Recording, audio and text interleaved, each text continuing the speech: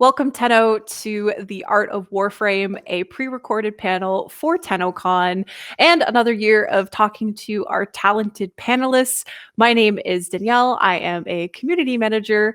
I am joined by Geoff, Keith, and Kaz, three members of the Digital Extremes art team, in which there are many, many, many wonderful artists.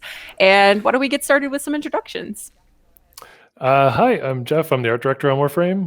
Nice to see you guys again. It's been a while. It feels like it's been a minute since we did this last time.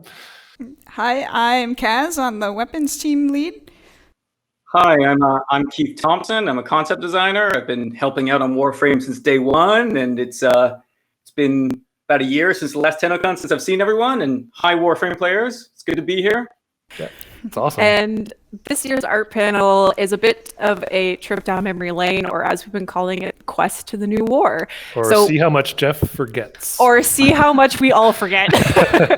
So years and years and years of quests. We will be giving some context around those quests. And of course, I do have to give a spoiler warning, but maybe you want to stick around and watch anyways, see some cool concept art, see what you have in store for you if you are going down the quest line towards the new war. So we'll start with that, and then we So this is like basically an open discussion on all quests that we've done up to this point. Yes, and Geoff, everything that it entails. You've done all of them, right? You've checked all the boxes. As far as I know. See if there's any surprises in here. There will be a quiz at the end of the panel, just in case you didn't know. But we will also move into another section to be continued, which for our Codex aficionados out there, that may ring some bells. And then we'll top it all off with some reveals, so maybe a deluxe skin here and there, and I guess we should get started with our quest to the new war, which starts with NATAH. So we get to learn a little bit more about the LOTUS, or as we learned, she was formerly known as NATAH, a sentient mimic that was, ordered to destroy the Tenno back in the old war. But as I understand it, this is really the only early LOTUS concept we have. Yeah, we actually never did like a full concept exploration for the LOTUS. It was really just a function of when Warframe first shipped as a co-op looter shooter that we just needed a voice to speak to the players, and we knew we wanted it to be LOTUS, and Minky just had some ideas in his head and kind of solidified it around this transmission portrait, and it's been canon ever since. Canon ever since, yep. And our beloved mother figure to the Tenno. That's right. Mom, of course. And in this quest, as we know, the LOTUS sends us to check out what's happening on Uranus, where Tilregor is kind of like rummaging around where he shouldn't be.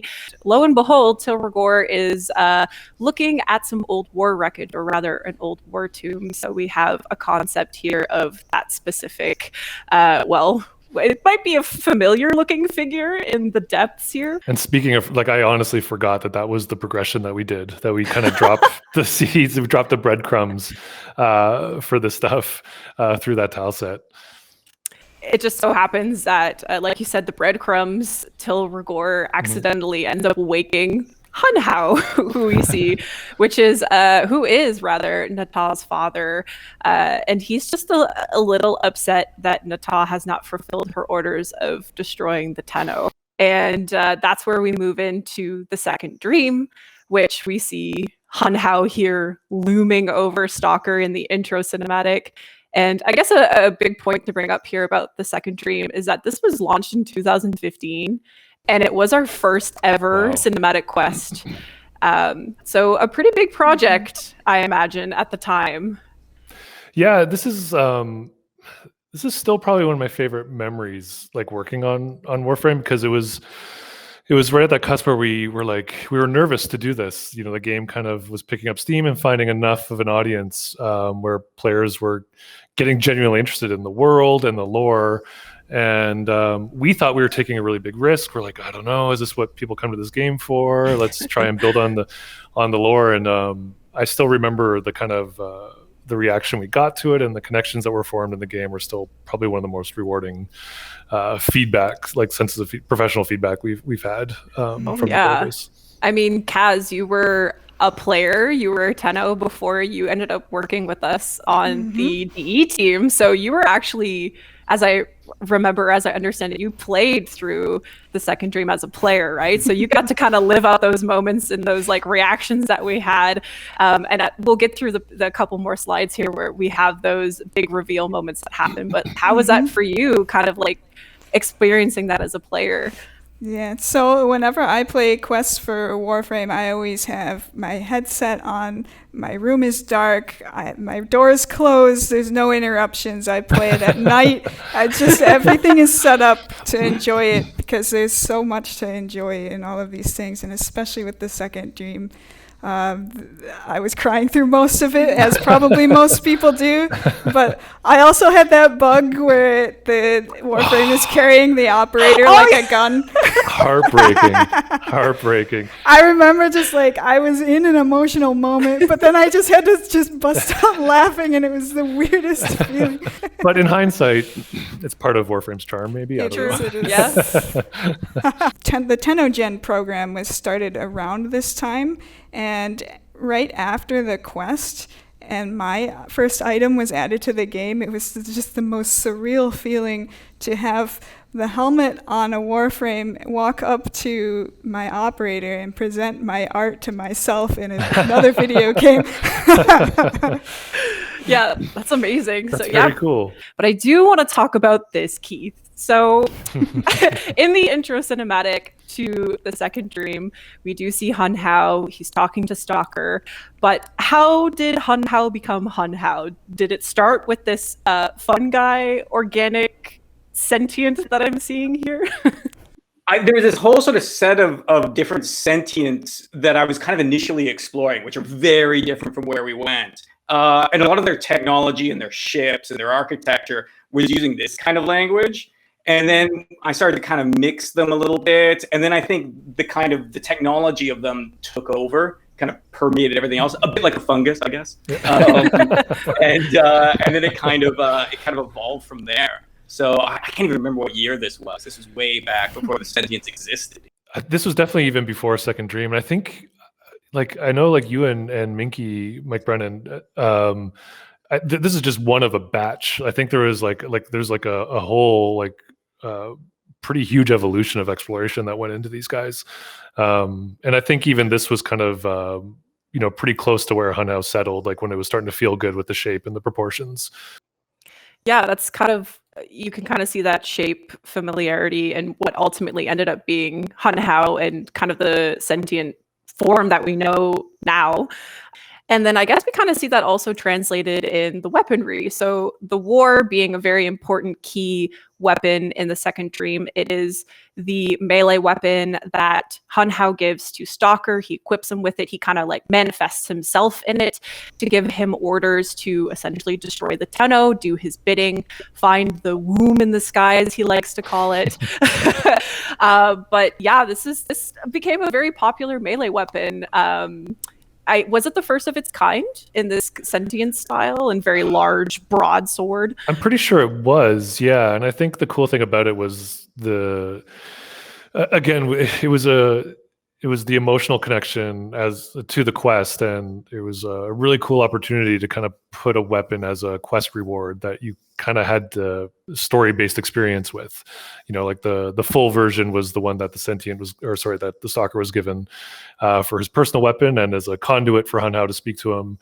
And then the Broken War was, again, kind of a result of what happens at the climax of the second dream. And Kaz, as a player at the time, were you stoked to get yourself this big sentient weapon? Because I know a lot of players were like, oh my god, this is crazy. We love big swords in Warframe, so this like hit the mark for a lot of people. Yeah, and all the glowies on it too. Love our glowies, love our energies. Little, at the hilt, the little tail, the little shrimp tail. That's like kind of like a minky. He really liked to kind of give the sentients that little organic flair at the end. And a lot of them, if you'll notice the little curly tail on them. Isn't it kind of like a tongue or something? Yeah. Like there's a whole face on the bottom. So you've got the two eyes and the curly tongue there. And then, as I mentioned, HUNHOW recruits Stalker to find where the Tenno are. And as we go through the quests ourselves, we find where they are. They're in these reservoirs on Lua. Here we have one out of the 3 big reveals that happen in this quest. There's lots of things that happen in this quest, and one of them being the operator exiting the reservoir pod at this moment. So yeah, this was I remember this was my favorite parts to work on the quest. And when we were kind of thinking about these pods, we wanted to call back to have that Orokin feel to it, and we really wanted the inspiration of how they come out and kind of blossom like a flower to show the connection to the Lotus and what her role was with them. So I think this is really successful in how this kind of manifested in the scene. Yeah, there is that moment of kind of like you're scratching your head a bit wondering what creature just suddenly dropped out of these pods. Very elegant reveal, then we just spilled them onto the floor. Yeah. Here you go. Yeah. You've waited years for this reveal. Here's the operators. And then we have our second big reveal, which ended up being you actually seeing the Lotus. So this occurs, of course, near the end of, or at the end rather, of the quest. And the Lotus scoops us up, and she proceeds to take us to her transference chair. So we see some concept here of what her full suit actually was supposed, or what we were planning on what her suit was going to look like. No, this came about because we needed to show her. Like we needed to have her in the scene, and right. she only existed as a portrait. So that's where Minky kind of did this was the first time Minky did the full exploration of what this form of the Lotus would be. And if I'm not mistaken, and I might be, but the dress form on the left-hand side there, was that kind of like a paint over for a cosplayer? I think there was like a cosplay request. I think you're right. Yeah. I don't actually think we had art of the Lotus, because at that point, like you said, it was just transmission of just what we saw at the beginning of the panel. That's just her funny. face. Oh my god, yeah, you're right. Yeah, and then we couldn't put it into game because it was a bit too restrictive for for the walk cycle at the time. So right, yeah, she's too much fabric in the way of walking. You don't want to trip while you're holding an operator. It's just they've been through enough already. Exactly. It's been dumped on the floor a few times. And as I mentioned, the Lotus, she walks, she drops us off in our transference chair. But this room in particular is now a very important room for our players. It's where the operators reside. It's where you work on your focus schools, and this room, there was years where you couldn't access it as well. For right, yeah, the doors were locked, and everyone was wondering what's behind the doors, and it was a transference room. Yeah, so it's kind of funny how we put our character creation, funny in hindsight, 100 hours into the game back then. We've made it quicker now.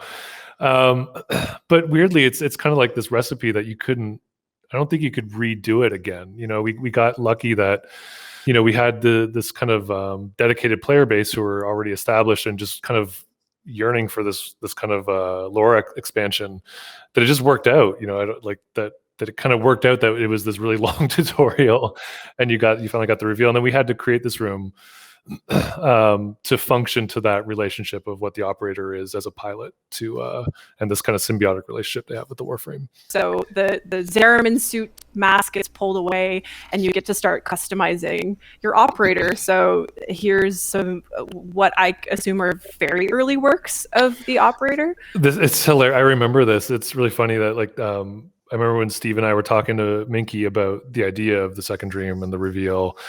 He was skeptical. He was very skeptical about putting kids in the game, and he's like, I don't know, and he's like, fine, I'll give it he was totally game to try it out, and he convinced us of his skepticism by making a really cool concept design for the kids.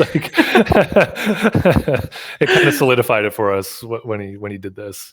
Yeah, and it was one of those things where what was kind of nice about the operators in the Warframe is you sort of start almost as your adult self, and then you almost introduce yourself as a youth. So it's kind of interesting, depending on where you are in your life, which you might identify with more or less, and yet it's kind of part of a cohesive link. So it's kind of nice to have that simultaneously existing in the same space and time and within the game world. And Lotus at the end of the second dream says, and I quote, and I can't quote it properly, Reb, I'm sorry, I can't do the Lotus voice, but she says, now we fight on two fronts, my child, the war without and the war within. So we hop into this next quest where, you know, now that the operators had been revealed in the second dream, we go down a little bit of this rabbit hole of their origins, their backstories, and what makes the Tenno in this quest. Teshin kind of becomes this double agent in this story, not by choice, mind you, but here he is in all of his robed, large hat glory. So he kind of existed in that realm, and he had a bit of like a backstory for them. The Dax were soldiers for the Orokin, and it was really good when we were kind of going into the new the War Within. You know, for him to be a bit of a conflicting voice to what the Lotus represented to the kids. You know, he wanted to kind of cast some doubt on the past and kind of what the operator's role. And we used him to explore the kind of theme around the War Within was growth for the operators. He has a bit of a father figure place too, like Lotus's mother, and then he's a bit of the kind of slightly absent father. Kind of he shows up again. But actually, Kaz, I'm curious. We kind of like mentioned the father figure a little bit here. Were you, as a player, like when you came into this, were you like, "Oh, Teshin, what happened, man? What's going on?" Like, was there a little bit of a disappointment moment in Teshin? I just remember being so impressed with his voice. I just wanted him to keep talking. You're like, I don't care what you have to say, if it's going to be disappointing or not. Just keep talking. Yeah. I do remember like. Liking that he was casting doubt on everything, though, because as a player I was seeing the cracks starting to form in the Lotus's story, and all of that lead up to it kind of prepared me to like want to see something that maybe goes against what Lotus has been doing the whole time. Yeah, that was definitely a community sentiment. I think this was definitely the quest that kind of like created a little bit of a rift there with our personal relationship with the Lotus. So we do enter this mountain pass where this art is just absolutely gorgeous. It really comes alive in game too. Like it has so much vitality. It's always tricky to carry through the vitality from the artwork into the final product, but this one just it's almost like it got instilled with it and it increased once it got finished. Yeah, they did a great job implementing it in game. And I think this was probably one of the first, this is where we were really starting to kind of build on the seeds of the Orokin influence to the past. And it worked out really well with that little temple that you're pushed into. But from here, we attempt to use our operator powers on this Iatan, and it doesn't work out so well. Actually, we end up falling into a lovely pile of bones at the bottom of this pit, where we are met with the Golden Maw, or more popularly known in the community as the Ravenous Maw. Why does it have to be ravenous? Yeah, why does it have to be ravenous? Yeah, so this was a function of we wanted to, like in the context of the quest, this was to kind of put the player through some trials so they could kind of snap some memories back and trigger their powers. And I remember when Minky was exploring these, you notice the four-legged kind of look. A lot of Warframe, because the content moves so fast, we like to share skeleton structures in the animation where we can. So those kind of like quadruped looking ones were him taking, an existing skeleton and kind of seeing how far he could push it. And there's really great stuff, but ultimately I think with the timeline we had, the kind of snake worm version that we ended up with was going to be a bit more achievable in the time we had, like animation and AI behavior. And I know, Jeff, you mentioned this, the snapping back of memories, which is as we're moving through these trials and we're getting our powers back, we have these snapshots of our time on the Zariman 10-0 ship and some very dramatic moments of this kind of flashbacks of the incident. And here we actually have a concept of the ship itself. Yeah, so in that quest, we were using those moments to give the player some insight into what happened on the ship, to the origin of the Tenno and the powers they achieved or they attained from the void. And so at the time we were doing some explorations for the ship, you know, and this people who've been with us for a long time might even recognize the silhouette from prototypes we did in 2004 with Dark Sector. But yeah, the intention was that the ship was the colony ship, and yeah, it was just some explorations that we were like hoping to manifest, but you know, couldn't squeeze into the quest. I think in hindsight, it was probably more effective to leave it vague, you know, and just have that little kind of bit of insight in the context of the trauma that the operator was going through. So I think it worked out rather like it being kind of suggested rather than like we literally showed you.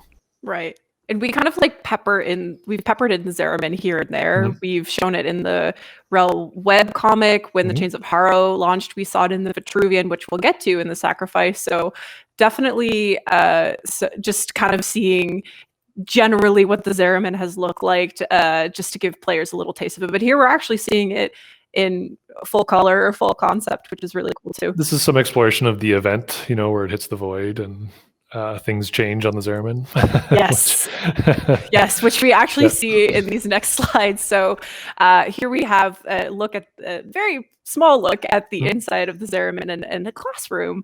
And there's so much to see in this one image, like lots of familiar faces, maybe some familiar objects. So I think I'm going to let people at home who are watching kind of dissect it for themselves and see what they find. Maybe there's some unfamiliar things that you see there, but and then disaster strikes.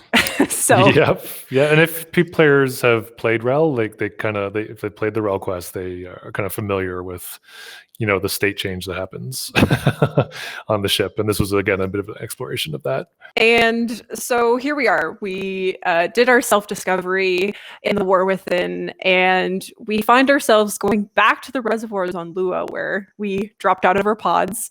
And we hear some flashback discussions between Margulis and BALLAS in the Apostasy prologue. So we also end up dropping down from the reservoirs into this enclave of sorts, which ultimately I believe is, I guess we could call it like the Lotus's chamber. And the cables were kind of meant to speak to her connections to all the different Tenno out there. She was kind of like the hub. And then we got kind of like a little bit closer to what we actually see in the quest when her throne comes up, and we have this much more floral arrangement, I guess you could call it. Yeah, and again, for the purposes of the cinematic, we wanted to have something that can work as a reveal device as well. So this would unfold and reveal the Lotus to you. And reveal the Lotus. It happens, but not until we are just completely rudely interrupted by BALLAS, who has the audacity to reach out his hand to the Lotus and walk out of our lives with her in hand, essentially. And he says, of course, I will not abandon you again, Margulis, before they do so. And this is kind of where we step into the Sacrifice. But before we get into that, which, you know, BALLAS is a pretty big character in that story. Keith, this is your original concept of BALLAS. Yeah, we had to do this because I think we've shown this concept before. You know, we made the decision to, like, BALLAS at the point had only been a voice in some trailers that we had put out, and of course in some voiceover in Second Dream, doing some narration there. And then when we wanted to reveal him, we reached out to Keith, you know, to kind of like help us come up with a physical manifestation for him. And it's funny, he kind of threw us for a loop, you know, because, and I think even some players called us out for it, because Steve had a small paragraph of existing lore describing the Orokin as perfectly balanced, you know, and then he gave us this beautiful take with this frightening arm that just seemed to suit. It was such a cool change and such a new idea for us, for Steve and I, you know, and it spoke to the kind of like evil quality, you know, to the Orokin. The way I kind of synthesized it, I think, or I attempted to in my own mind, is it was sort of the Orokin are so sort of elaborate and sophisticated and built up that they need this kind of offset built into their culture and their aesthetics. So it's sort of like the beauty mark. It's the spot on like the perfect kind of face and the kind of offset to the perfect body. So in a weird way, they have this principle of their aesthetics, and they like to play against it also as this sort of level of sophistication, the way kind of a beautiful object, you appreciate the way it's worn or cracked, that kind of thing. They almost like built that into themselves as their own unique expressions within this structure that they all share. The long arm was supposed to be a callback to the ancients, the infested ancients, right? Or no? I actually think that was just a weird coincidental convergence. I don't think I thought about that. And I've seen people say that maybe there's some connection there. So that's sort of one of those fun organic things that kind of develop where we may build off of that more. I don't know. Yeah, I totally thought that as a fan. I thought it was supposed to be ancient. And I mean, the long arm is excellent for Komi playing at long distances, which we see happen in the quest. So for a little bit of context, essentially what the War Within was for operators, the Sacrifice quest is essentially for Warframes. And in this quest, we're also just kind of wondering where the Lotus went. So where did BALLAS take the Lotus? And we speak to the creations of the Warframe specifically through these Vitruvian moments, which, as I understand it, was originally intended to be a device worn by BALLAS. I don't think we actually see it in the quest itself, but it's a pretty big storytelling device used throughout the quest. Yeah, the intention was kind of like, how would BALLAS have his like little personal computer on him to keep his little diary of experiments? But the idea of the Vitruvian was, as you said, to give this quest was to give some insight into the Warframes, and we kind of confirmed again what the kind of base ingredient is for a Warframe, I guess. And as much as BALLAS is a main character in the quest, UMBRA, the big UMBRA reveal, the UMBRA obviously something, a Warframe that players waited for a long time, and we introduced him into the Warframe world through the Sacrifice and his SKIAJATI, his right-hand sword or left hand. I don't actually know which way he wields it, but right-hand sword. Yeah, I think I remember Lucas telling me that he just wanted to see if he could get away with making a stick as a sword. And he did it. He did. He got away with it. He did it. He got away with it. Yeah, that was all Lucas. I love this sword design, actually. It's one of my favorite ones. Yeah, the black and gold aesthetic really spoke to our edgy players, I think. So this was a well-loved addition with the Sacrifice. And the sword, like I said, it becomes important because, by the time that UMBRA, we had gone through his memories, there is a connection that's made between UMBRA and our operator. As we've shared these memories with UMBRA, we want to seek out our revenge against BALLAS for what he had done to UMBRA. And there's the scene at the end here where the SKIAJATI is used to do a little hack and slash to BALLAS. And the Lotus returns. But not quite the Lotus. But not quite the Lotus. She looks a little different. In fact, she is quite NATAH. So Keith, what's going on here? What happened to her? It's one of those things where we're slowly kind of revealing more of her true form, but then it's kind of called into question how far you've gone. And then because we get this interesting where the beginning of the Lotus, when we first see her, her eyes are always covered. And I think this is the first time we ever see her eyes. But then at the same time, with that reveal, it's also revealing that the face itself is almost like a mask.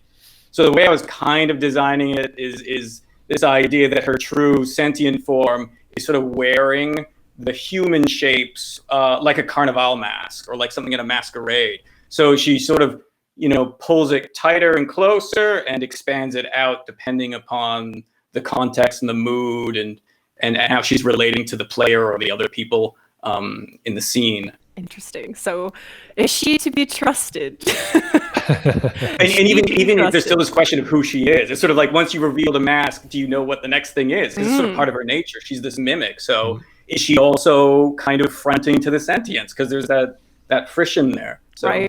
Right. So we have this moment where, we were already shocked to see the Lotus leave, and we're even more shocked to see her return as NATAH in this moment.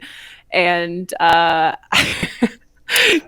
This was a moment. This was definitely a moment. And just to compliment everything Keith said, I think like I love this design so much because I think it's just so strong at kind of supporting the themes he was mentioning. And there is something I love about, with the eyes, the reveal of her eyes, there's something, I kind of love the contrast of getting a bit more of her humanity when you see her as a sentient.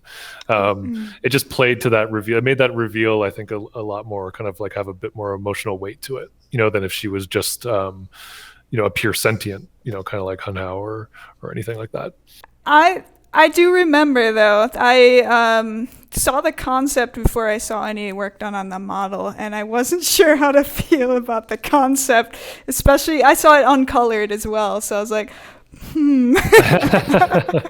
But once it was in the game and all lit and part of a narrative and just the whole team bringing it into this really beautiful state, it just really blew me away. So it just goes to show, like, even the weirdest designs that Keith comes up with our team, we end up just all dogpiling on it and making it just beautiful. Like, everyone working together makes everything beautiful. Yeah, I mean, seeing her in game was definitely shocking, but she has this very, like, she has the sentient style, but also it's very LOTUS. It's very NATAH. It speaks to something that she still keeps the mask, if you know what I mean. Because she's never become fully sentient to anyone yet. Yeah. So there's this sort of thing like, does that mean something? Is that an important gesture? Does it mean something about her, deep down as well as her agency and her character, that she still wants to have that mask on? Right. So we essentially just have all these questions going around in our heads. A lot happens at the end of the sacrifice. LOTUS comes up and swoops up BALLAS in his injured state, and she just blasts off into space, Team Rocket style, just see you later. And she says, drifting, gone beyond the bleak star, mother, I am coming home. And we're like, who's mother? What is happening? Why is she gone again? Where is she taking BALLAS? And a lot of those questions are partially answered in the Chimera prologue, which is part 1 of 3 of the new war chapters that you see in your codex.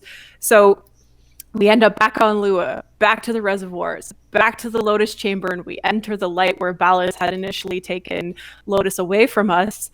And as we step into this sort of sentient chamber, we meet BALLAS again, but he's looking a little different. Kind of looking a little bit more sentient than normal. So another one of your concepts, Keith, here. This is sort of one of those ones where it's almost working the opposite way. This is where it's sort of an Orokin, but with the sentient elements being kind of pushed into him without any sympathy for what was originally there. So it's kind of very different from the way that mix that you have with NATAH and the merging of the kind of human forms and the sentient forms. This is sort of the opposite direction of it. So he's really been kind of demeaned by it to some extent. And he used to be so proud that it creates this sort of this emotional connection there to him, even if you weren't that sympathetic to him up until this point. Yeah, I think like you kind of really have like he has such a pathetic quality to him in this. But it was amazing because when we did the acting, when we did the cinematic for it, it was easy, like, to kind of convey that emotional state of him because the design was so good. And I love the extra little like added insult to injury with the dangling leg was just such a good touch. The sort of thinking behind it was the sentients were sort of like, oh, it doesn't really get in the way, so leave it. It doesn't matter. It would be cleaner to take it off, but they're almost like not paying attention to that part anymore. Yeah, and he kind of stumbles around in this chamber, mumbling under his breath while also kind of knowing that we're there. Yeah, I think this is the first. It's been a long time, and we've done a lot, but I think this is the first tease of being inside the mothership, the Devourer. You were kind of spying on BALLAS until you kind of get some insight that he might have summoned you there. And I think.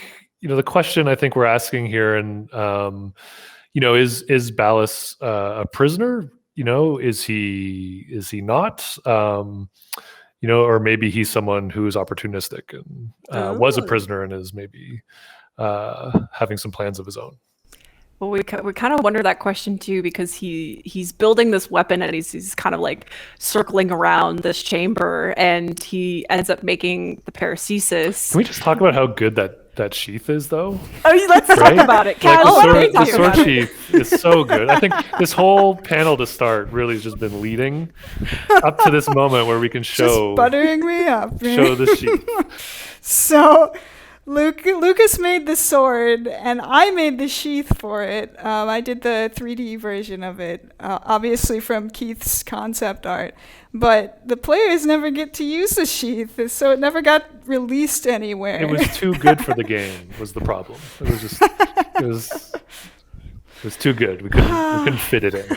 If I had my way, the players would always just sort of unsheath it and just hurl the sheath off into the distance, and they would just come back when they need it. Yeah, and when you equip it, you just...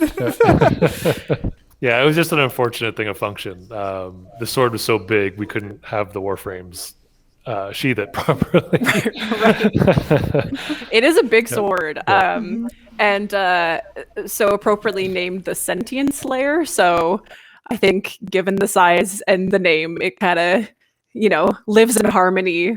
But we end this this first chapter, moving into the second chapter titled Era, and we enter the scene of an old war battle where we meet Era for the first time, who we learn is NATAH's brother.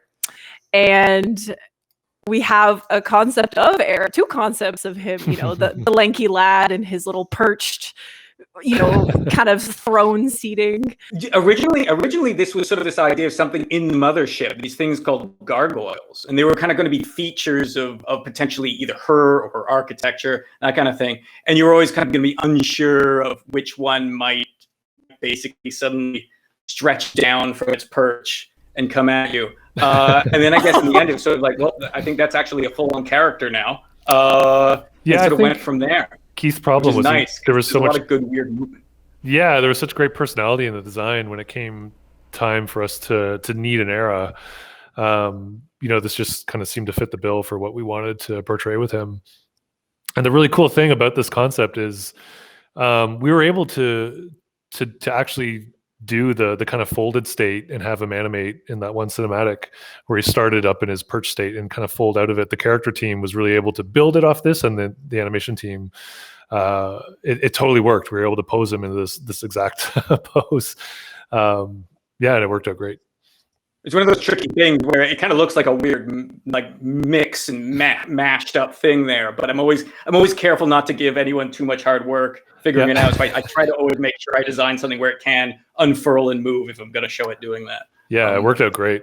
And we do see, just as speaking of this unfurling in the cinematic, where we jump from that old war flashback where we seemingly see Era get destroyed by the Lotus and her gang of operators, but then we're jumped to the present where Era and NATAH are having discussions around, preparations around the war. And as we kind of zoom into this throne scene, you see him debark from his throne, from his little crouched froggy state. So but this is just some concept art of that scene, that moment, this kind of, I guess we would call it like a throne within the ship itself. Yeah, exactly. And that was, as you said, that was a deliberate decision the Lotus made at the time, was to cast her a lot with the operators and help end the war. And now she's back home. She's back home, back to Mother. And some more, just a kind of a pullback angle when you originally jump into the present, you're kind of, sitting far back. And this room is part of the tile set expansion. Like I know we've given the players a taste of the Sentient tile set, but there is still much more to come, much very cool spaces to come. And then we are at the third and final kind of, I guess you could say, prologue chapter of the new war. And we recently just titled it The Maker. And we enter this scene of just essentially what I guess is the mothership. Mm-hmm. And this was originally your concept, Keith, of this very large sentient ship. This is the ones where you got so much room and space. You can just go absolutely monumental and just throw the view way back. So I had a lot of fun because there was a lot of other development kind of leading up to this, and I think as we sort of explored it, it got bigger and bigger and bigger, and I got happier about that. And this is one of the ones where and it's sort of, even has the potential there. You can see on the right with the kind of almost the weave work and the framing it's building up, is that I even had plans of like, if we ever wanted to make it even bigger, guys, we can do that if you want. Oh my goodness. Well, it was great. There's a floor plan there. And the kind of like the pitch that we gave, that Steve and I gave to Keith, that she was heavily damaged in the war, and kind of left to die. And this is a state of her very long process of rebuilding herself. So the main core kind of body there is what's been kind of more fully rebuilt, and the membranes that are expanding again, because the sentients are living creatures.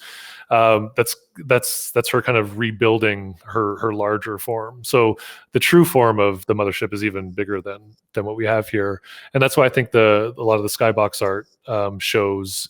I believe there was one of like of it consuming asteroids and kind of having this gravitational pull. We're just pulling resources into itself that's using to kind of produce and rebuild itself. And I guess just as you guys were mentioning, as she's rebuilding, we have a concept essentially of this kind of like wasteland of space junk that's been pulled into this mouth, I guess you could call it, in a way. Well, I think, Keith, you kind of designed it like the mouth of a whale, right? And the way it kind of filters in the krill. Yeah, it sort of had these almost baleen that would filter, so she could kind of select what detritus that she wanted to accept and filter out. She's still picky. She's not just picking up anything. So we kind of cap off this third and final installment pre the new war. Again, we're back in the ship, and we're hearing just kind of these final conversations between ERRA and NATAH, where ERRA tells NATAH, finish the war. It's beginning. Here we go. And this is where we leave off. The codex now says to be continued. If you've completed all the quests, if you've done all these chapters, there's this new addition on the bottom there that says to be continued. And well, now they're finally like, the players are like, oh, finally we're gonna see some new stuff. Yeah, now we're getting to the new stuff. Now we're getting into the what's to come, because that kind of asterisk there of this to be continued has us wondering, well, what is there? What's on the other side? So we're gonna do a little sneak peek here of what is to come, without being too spoilery. So we're going to start with some new enemies that we'll see, starting with this guy. So again, Keith has been helping out with New War exploration. And we've talked about it, that New War is the focus for this year. Hopefully to the relief of players who've been very patient with us in that regard. Yeah, so we're going to be seeing some new... we have to be a little vague here, I apologize. But these guys do have a very specific function in the New War, and I think one of the hints is this isn't how you'd normally see this. Yeah, it's doing something a little scary right now. Hopefully scary. And then, who is this? Who might we have here? He looks a little familiar. Yeah, so he's, of course, our boy is going to play a pretty big role in the war that's coming. And he's trying to get his groove back, I guess. He's kind of embraced to agree. I think he's living a bit of a deceit. I think I love how Keith is trying to work in BALLAS, trying to get some of his symmetrical beauty back with the prosthetic leg.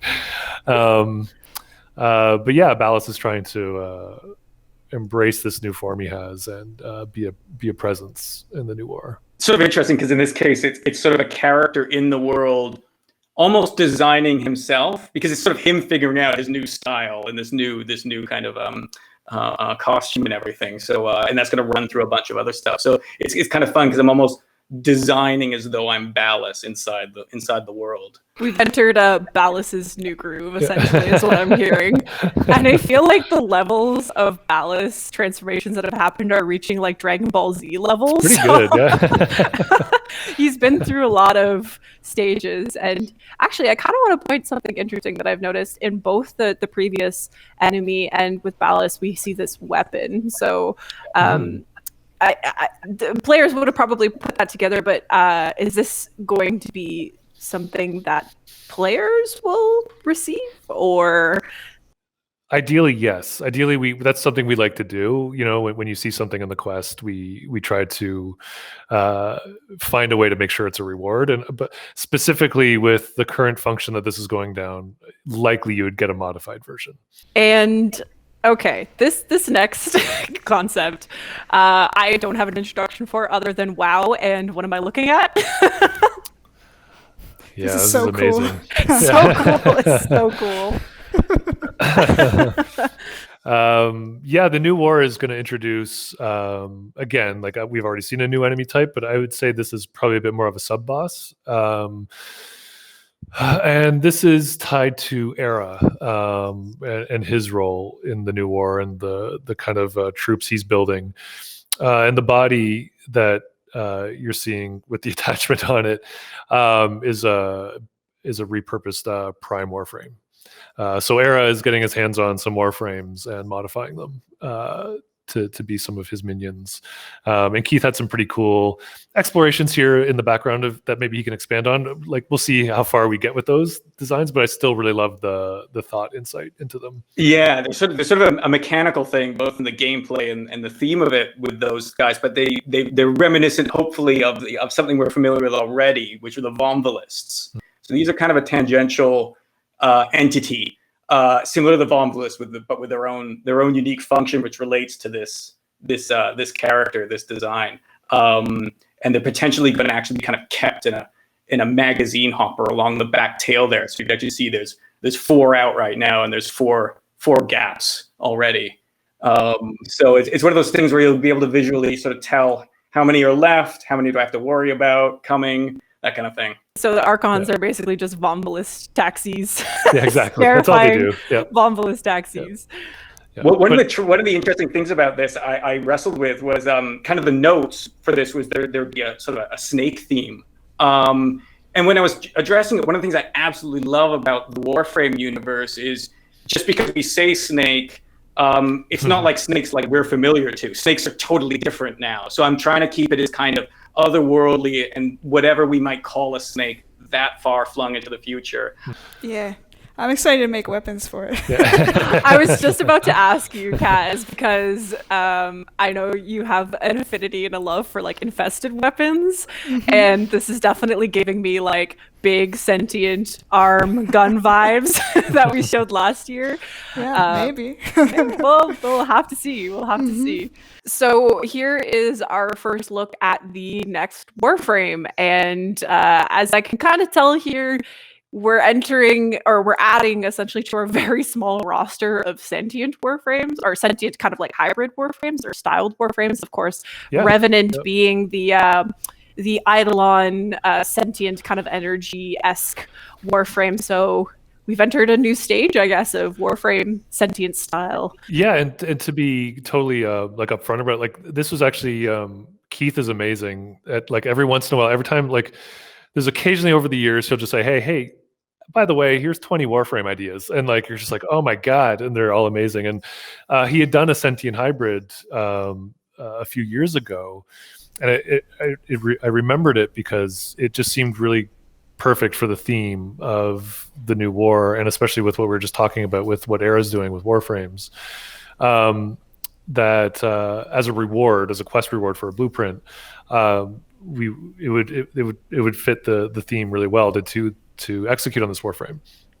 So there's probably going to be some adjustments we have to make in the 3D mesh for the skeleton, but yeah, I think it's really great to kind of tie this one in. I always like the kind of hybrid Warframes too, because it's sort of like, should we really trust this one as much as the others? It's sort of a little bit iffy.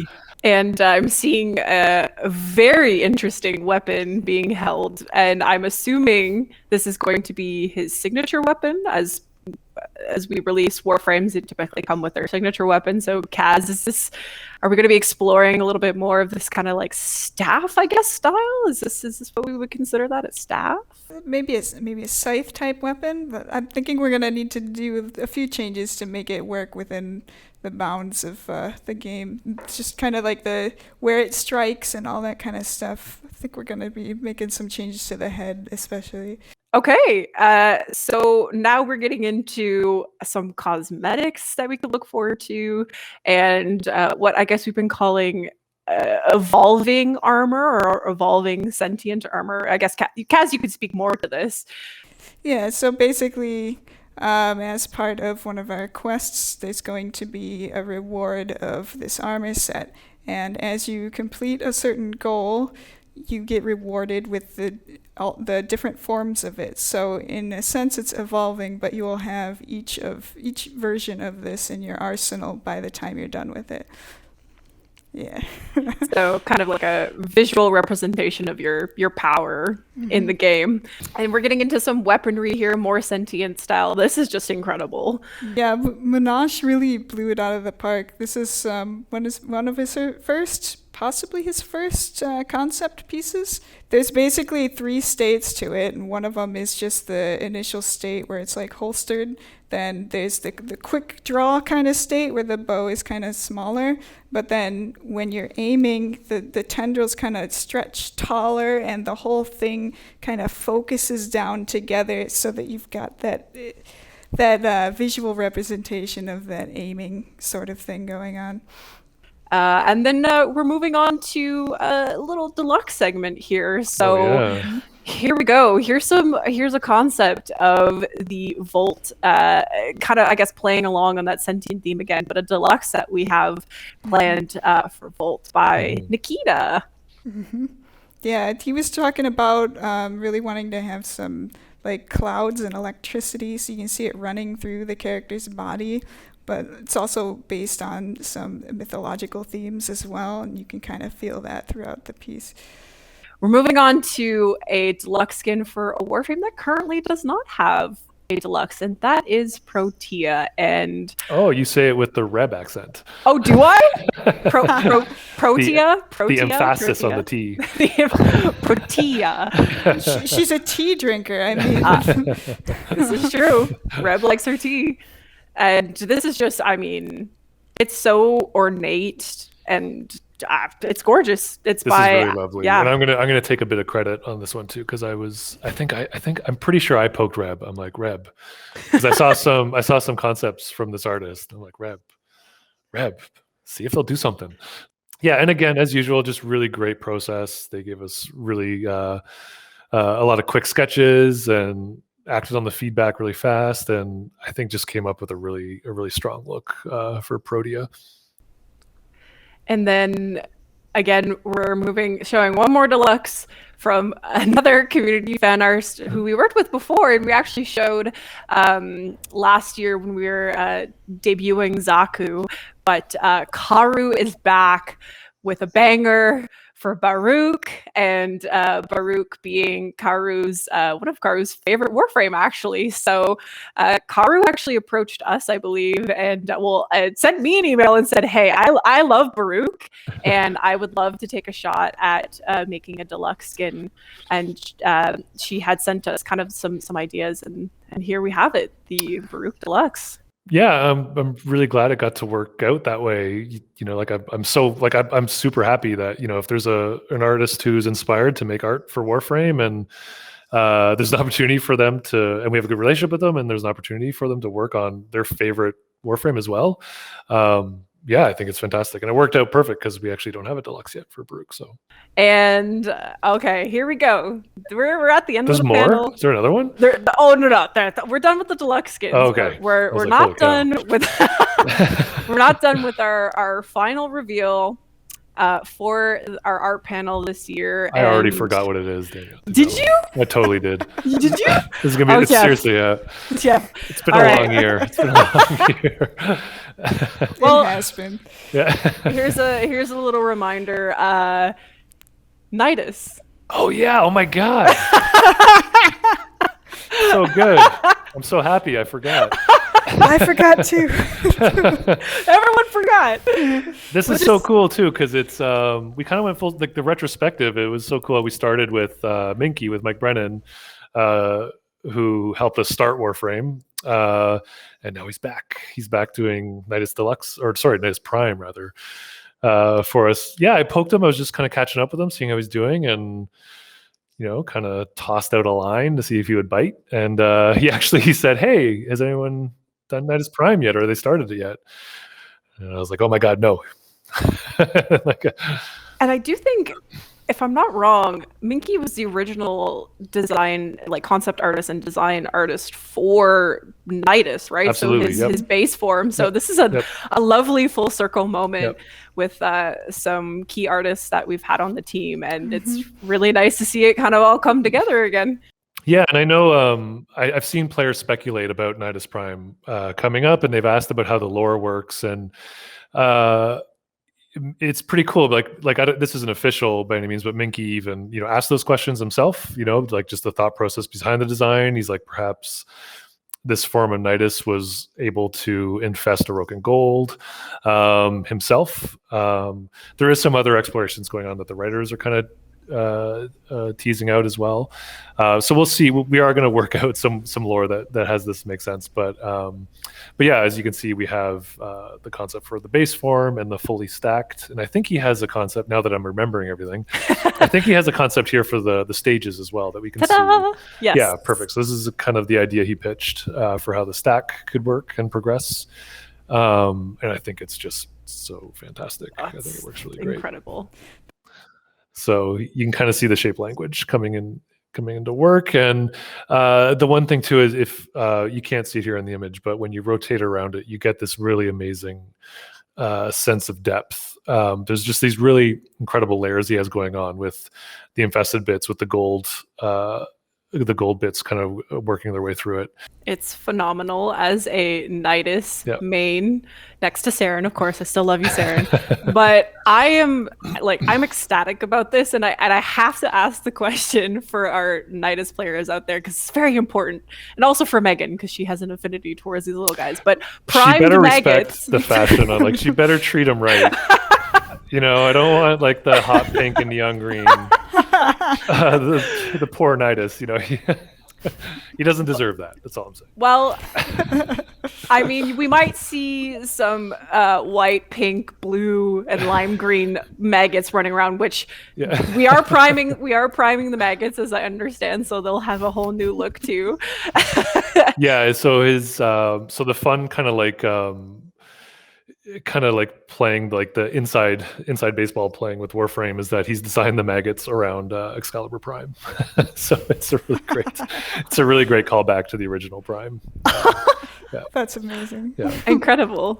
Also, we are just showing the helmet model here. Definitely tune in to Tenno Live at the end of our TennoCon day to see the full reveal of Nidus Prime. My very last project when I was working off-site contract was the HEMA and the Hirudo. So both of his signature weapons. That's right. I remember that. That's right. That's crazy. That's cool. And speaking of weapons, because of course with our Prime Access, we have the weapons that typically was originally released with the Warframe, which, like Kaz, as you mentioned, was the HEMA and the Harudu. But given the infested nature of the weapons, are we planning on doing something different, or curious what we have in store for weaponry that we could see with Nidus Prime? Yeah, so we're not going to be doing the infested stuff, but instead we're going to be going kind of back to our roots and priming some really old weapons. So I'm sure there's going to be some lore reasons for that. To be determined, but you'll have to stick around to see Nidus Prime actually release. And Keith, I don't know if you had any comments about the Nidus Prime situation we got going on here, but it's always fun to see infested stuff come back. It's like you get to work back into another form and kind of give it a good disease. So especially these days, I guess it's fun to play with that kind of theme. Yeah. So, it's therapy. It's very therapeutic. Yeah, that's how we get through it. Yeah. And here we find ourselves at the end of this year's Art of Warframe panel, and we've gone through a lot. We've been through pretty much Warframe's entire quest line. Thanks for the trip down memory lane, Danielle.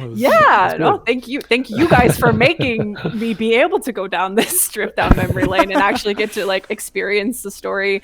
As a Warframe player myself, you know, these moments were really special, and as the quest progressed, we got to learn more and more about who we are, who the Warframes are, about these really key characters in the story. So I'm very excited to see what this next chapter holds for us in the new war.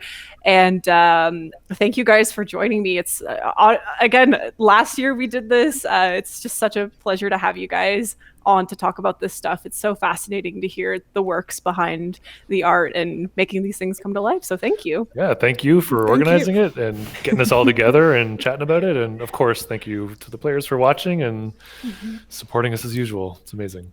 Yeah. And hopefully they are excited about new war stuff, because we're very excited about the stuff going into it. Yes. Very excited. Quick big thanks to the whole Warframe team. Love what we're making and love working with everyone. And thanks to the players too. And I'm really glad you enjoyed the game and all the work. I second that. I heard that. Alrighty, guys. Well, thank you again for tuning in. We hope you enjoy the rest of TennoCon. We will see you next year, I guess. This is going to happen next year. Well, maybe a little later on for today for me, I guess, right? Today, then, the day we do this. You'll see Jeff at some point later today. But thanks for watching, guys. Enjoy, like I said, the rest of TennoCon. And let's go on to the next segment. Thanks so much. Bye. Thank you. Bye.